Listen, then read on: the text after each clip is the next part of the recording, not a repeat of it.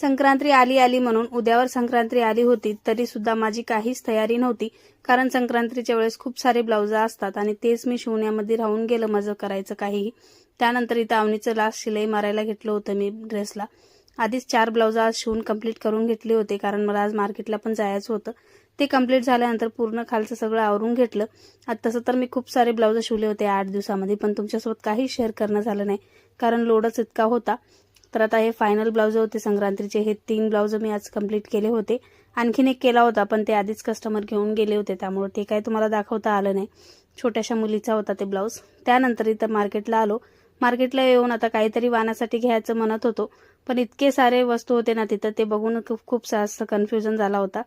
मग त्यातला एक फायनल केला होता आम्ही. आता ते कुठला तर तुम्हाला ते डायरेक्ट संक्रांतीच्या दिवशीच बघायला मिळेल. तुम्ही बघू शकता इथे किती छोटे छोटे मस्त मस्त आयटम्स होते. त्यानंतर घरी यायला मला रात्र झाली होती.